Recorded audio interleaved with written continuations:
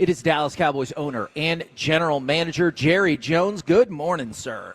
Good morning, guys. Kevin, Corey, and boy, it's great to be on. It's really I didn't know how we'd be feeling when we got into this second game. I had hoped we'd be feeling good and positive about our team, and I certainly feel that way. So it's real good to be talking to you. Well, you know us media folks, we like to project. I started the show today by saying you guys will win at least 4 of your first 5. So I've skipped way ahead, and I'm going to need you to slow me down. What kind of challenges do the Saints provide? Because I think there are people out there who don't particularly believe in their quarterback, and the fact that they beat up on the Panthers don't see them as a real threat coming to town. Well, they run the ball exceptionally well for a pro team. They're really grounded. That's I guess, a little fun, but they're really grounded in the run game. And that's really something that's got Zimmer and got our defense really preparing for. But they've got that a guy that is what I call a Swiss knife. He does everything for them and is a really good football player.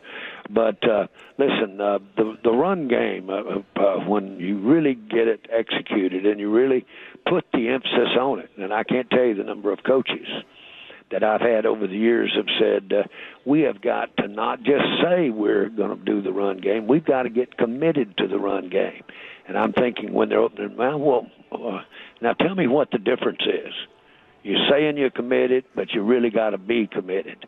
Well, there is a big difference, and it's a lot easier said than done to go out there. They're committed to the run game. We'll have a real test, but I really like the makeup of what our defense is right now. We've got some big boys in the middle, and got some good linebackers that'll really go the ball, and frankly, our secondary will come to the ball hard too.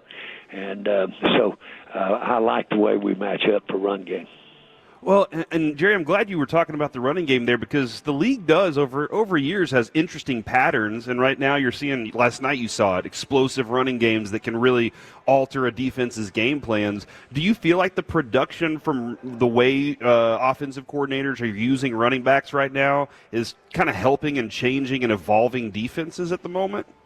Yeah, let's take Zeke. Zeke had an outstanding grade, one of the highest grade players on our team last week. And principally it was his protections. And so I'm moving away from the specific run game, but obviously we're counting on Zeke to really provide some physicalness in our run game. But, boy, look what he does for the passing game. Well, if you just simply went out there and all you did was have the run game, then you could go a little light on needing that protection in there. But that's not the case here for us. They put an emphasis on the run game. And so they'll take a little off their fastball probably with their throwing and emphasize that run game. Well, that's almost that's just I'm going to run. I'm going to come get you. I'll never forget. I went to my very first competition committee meeting many years ago, and there was Don Shula, the head of the competition committee, and there was Flores, the great coach up had been at the Raiders and just a great player himself. And you had Marty Schottenheimer sitting there. And they said, you know that most of us, the league, read all of your plays. You'd give them away on the sidelines. We knew when you were going to throw it. We knew almost which direction you were going to go with it. And we knew generally, because you had played other games, how you were going to run the ball. We haven't stopped you yet. We can't stop that combination of Aikman and Emmett. And then the minute we line up to stop Emmett, we can't hold Aikman back with his accuracy. So much for that. My point is that we know these guys are coming at you. Can you do that? Can you tell it like that, telegraph it like that before a ball game? Yes, you can. And if you're effective in the run game, you can make it go. That'll be our challenge. In addition to the rookies on the offensive line, I know there was a lot of anticipation to see how Terrence Steele would play. It feels like he played very well. And y'all also have restructured his contract, which creates a good amount of salary cap room. I know you can carry it over, and that's probably why. But does having that extra salary cap room also mean, hey, if an opportunity came along at the trade deadline, we would have the capital to pounce? No. The space that is made available by reworking the contracts, that's a given. And it basically is in the agreements that the player will agree to basically rework, which is basically take this year's salary, make it a bonus, and then you can spread it out over the remaining years on his contract, as opposed to counting it all in this year. Now, my point is, that's figured in on our cap room and our availability. There are no bonuses here. Yeah. We know 2 or 3 years from now, we're planning on several players that have contracts that go into those years. We're planning on them taking a bonus and extending their contract out. So there's no bonuses here. It doesn't create any extra room than anything we had anticipated. What is the fact is that clubs do that. By the way, I'm proud to tell you today, factually, we spent the most cash of any club in the National Football League this year on players. We're the number one cash spender on players. And so the reason I'm saying it in that manner is because there was a critique going on a few weeks back that we weren't spending money on players, which is amusing and ridiculous. But I really don't know that we have a good grasp of what the cap does. But there's no free lunch, none at all. And Santa Claus does not put the tricycle on the Christmas tree here. He does not. And so you've got to know that when you do these contracts that you're going to spread them out, you're going to have room to adjust them each year so that you can create more room. And that's planned just as if it were stacked up over there in the bank someplace waiting on you to spend it. Now, you said it was amusing and ridiculous, obviously, that people had brought up maybe the Cowboys weren't using as much cash, but you also just told us that now y'all have spent the most money, so it does kind of feel like you cared that people were putting that out into the world. Did that bother you when you saw people putting those articles out? No, it did not, although you say, well, it must have been. You're sitting here talking about it, and you brought it up yourself. What that does is allow me to specifically point out that every club does this, and that's a part of the cap. We could have a all-cash cap, but we decided years ago to create the ability to take some salary, make it a bonus, and spread that salary out over a lot of years. That's the ultimate maneuver that everyone uses. And so that's what catches up with you. And but it really does not catch up with you. It's just money that you spent that you got to account for this year that you spent in years past to have a better team. And we've been, other than Kansas City, we've been the winningest team, I think, over the last 4 years in the NFL. And we've done that spending money on the supporting cast that we've got around our key players.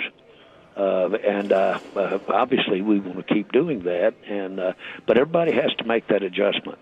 What you have to do, you really do, if you're going to have 3 or 4 outstanding, top, high-paid players, you've got to have some good young players that are in the first years of their agreement. And those guys have got to come in, and they can't be sitting on the sideline. They've got to be playing. Jerry, all the best teams in sports, heck, I think all the best businesses seem to do the same thing. They bury their opponent when they're down. And Zach Martin said the team needs to jump on the kill shot when it's there. And Dak even said there was a lot of meat left on the bone. In your time, what traits or mentality do the teams that do that share? Well, first of all, I'd like to be able to say that you can build that in the ethos of the club. In other words, go out there and let's get them down for about 3 touchdowns in the first 8 minutes. Mm-hmm. We seem to play a lot better when we have a lead. Yeah. By the way, that's nothing new. I would say, I dare say, all teams play better, especially as you get into situations where the time on the clock's running on down, and you're able to control the ball by running plays. I was reading what Bill Belichick said about us and talk about how we were able to run the ball and were able to keep it and use up clock. That's all key. What we've got to improve on is how do we, when those games are not going in our favor early, how do we get out there and get hit in the nose and then turn around and get down a couple of touchdowns, which should not be substantive in the NFL. That's 2 scores. You ought to, if you have the type of team you want to have, you ought to be able to get that back. My point is that playing from behind or playing without the advantage of a big lead, that's a different ball game, and you've got to play it differently. Yeah, and I'm glad you kind of mentioned that too, Jerry. In your time, you've also had a lot of different voices that you value their opinion. And you just mentioned Belichick's what he was saying about you guys. You got to have a lot of respect for his opinion? Of course we do.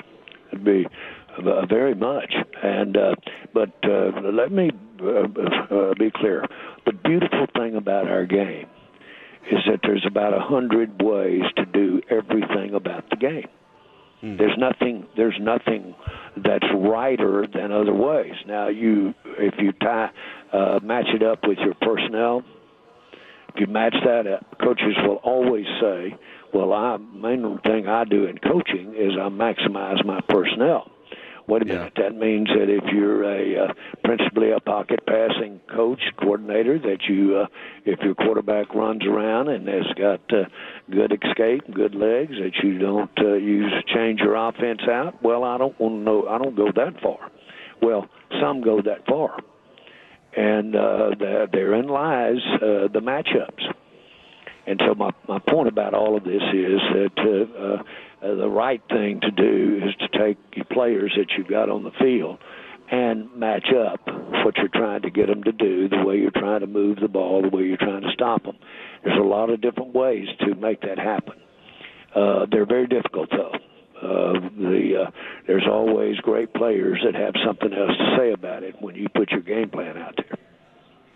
Talk with Jerry Jones right here on 105.3 The Fan. Now, the other day, John Bon Jovi was on a podcast with Julian Edelman, and he said that Bill Parcells connected you two years and years ago when he was investing in the Arena Football League, and he said that you put your salesmanship hat on and try to convince him to buy a little part in the Cowboys. Is he just having some fun, or did you want to bring Bon Jovi on as like a minority owner? John's a wonderful friend, really a wonderful friend, and I admire him in many, many ways. I can't tell you, he's obviously a great entertainer, but he's taken that skill, and he's also done wonderful things with it as far as building his business, building what he's about. And one of the things we have in common is his interest and how much he loves the idea of the NFL. John was very involved in trying to buy the Buffalo Bills. And, of course, at that time, I certainly was in his corner as far as putting together the people, putting together the financing in any way, not as a partnership, but in any way there. I've always thought John was so hands-on that I knew that if he got involved, he was really going to be involved. And but thank goodness he doesn't have to have ownership. I love to have him at any ball games, to have him be interested in what we're doing. But he's a great friend, and he was a big part. My daughter Charlotte got married this spring, and he was such an important part of her wedding. And Charlotte and her family went to John's son's wedding, and so they're good friends. Oh, very neat. Now, I know you guys all work together as owners. Do you consider Robert Kraft to be a friend? Oh, I do. Yes, I do very much. And I think that over the years, and it's probably been more years than I can even count, but over the years it's been fun working with him. And I remember when he first came into the league, and he basically was just like I was when I first came into the league, and I'm so impressed with the job that he's done at New England on and off the field. So yeah, I'm a real friend of his. And I thought so, which was, I was a little surprised. I don't know if you read the article from Don Van Natta Jr., who loves to write about you and the Cowboys, that Robert Kraft had told friends that he was, quote, angered and confused by you getting into the Hall of Fame when the team hadn't been to an NFC title game in a couple of decades. Have you read that article, and do you have any thoughts on that statement? Yeah, I have read the article, but many years ago, I quit reading with credibility or trying to take a statement out of context and basically have it apply to what my relationship is with those individuals. You can't do that. And basically it's one of the issues. We appreciate the interest that we have from our fans through our media. And I will tell you right now, no one has benefited any more from the media than the Cowboys and that I have. And so I'm really not going to criticize the media at all, but I'm not going to let someone else, after years and years of a relationship with somebody, I'm not going to let someone else in any way have their couching or their interpretation of how that person feels about me or about the team or about anything else. I'm going to just rely on the years and years of times that we've been together, and yes, he's a friend. I gotcha. That makes sense to me. I appreciate the time. We appreciate the time very much. And let's take care of the Saints and keep this team rolling. Boy, let's get them. This is exciting, but they'll be coming in here rolling. And I know we've got so many mixed feelings over in the northern Louisiana area, the East Texas area, and this is a real fun rival for us. Thank you very much, good sir. Thanks, guys. Bye-bye.